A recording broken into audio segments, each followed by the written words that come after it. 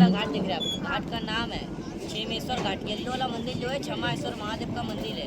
यदि आप लोग काशी में पहली बार आए हैं, ये यात्रा करने के लिए आए हैं, आप लोग कोई भूल चूक हो गया, आप इनसे हाथ जोड़ करके क्षमा।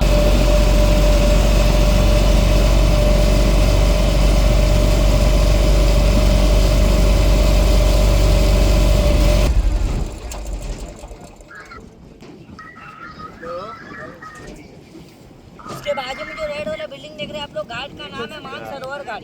पहले के समय में यहाँ पे मानसरोवर कुंड हुआ करता था, इसीलिए घाट का भी नाम रख दिया गया है मानसरोवर घाट।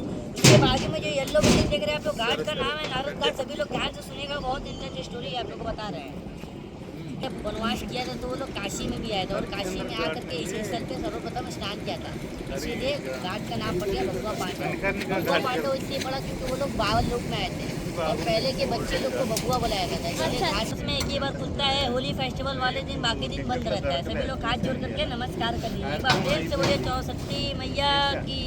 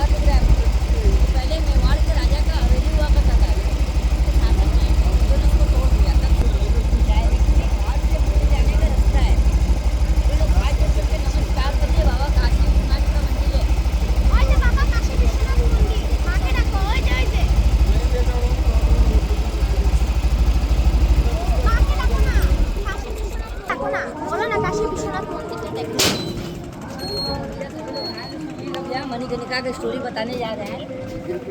मणिकर्णिका की स्टोरी बताने जा रहे हैं, ठीक है। सामने वाला जो घाट दिख रहा है जहाँ पे डेड बॉडी जल रहा है, ये काशी का महाश्मशान मणिकर्णिका घाट है।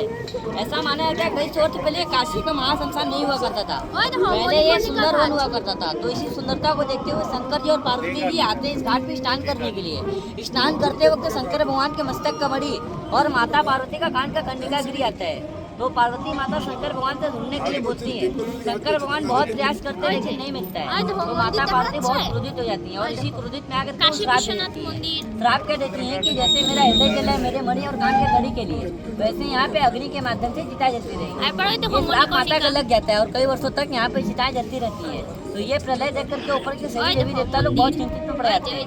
बोलते हैं कि माता ने ऐसा श्राप दे दिया, फिर तो काशी में कोई बचेगा ही नहीं, और जब काशी में काशीवासी नहीं रहेंगे तो इतनी सुंदर नगरी और प्राचीन नगरी का रहने का क्या ही फायदा। तो होता क्या है, सभी देवी देवता लोग मिलकर के योजना बनाते हैं, विष्णु जी से प्रार्थना करते हैं कि आप कुछ करिए विष्णु जी। तो विष्णु जी स्वयं पृथ्वी लोक पे आते हैं, पहले माता से ये बोलते हैं कि हे माँ अपना दिया हुआ श्राप वापस ले लीजिए, मगर माता नहीं सुनती, बहुत क्रोधित रहती है। तो फिर होता है क्या है, विष्णु जी कछुए का अवतार लेते हैं, जिसको कच्छपा अवतार बोलते हैं, जो समुद्र मंथन के समय में अमृत रस निकालने के लिए लिए थे, वो स्वयं यहाँ पर भी लेते हैं। लेने के बाद मस्तक का मणि और कान का कड़ी ढूंढ करके देते हैं, तो इससे माता का क्रोधित थोड़ा शांत होता है, और देते वक्त उनसे ये बोलते हैं कि हे माँ अपना दिया हुआ श्राप वापस ले लीजिए। तो माता उनसे बोलती कि जैसे धनुष से बाहर निकल जाता है तो वो वापस नहीं आ सकता, वैसे मेरे मुख से निकला हुआ श्राप मैं वापस नहीं ले सकती। तो विष्णु जी बोलते हैं आप ऐसा कुछ चमत्कार करें जिससे आपका श्राप भी ना कटे और किसी मनुष्य को कोई कष्ट भी ना पहुँचे।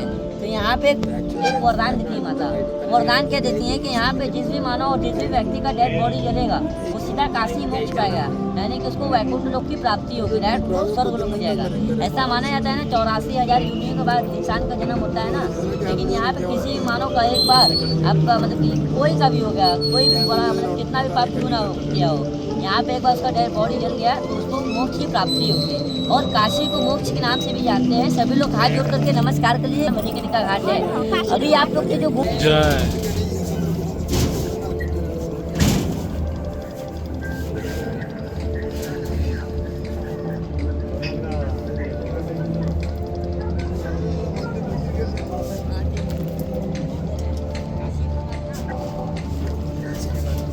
सभी लोग ऊपर उसको जो भी देना है भैया दीदी आप तो मणिकर्णिका घाट के सामने दे सकते हैं। भाई तुम आगे जाओ,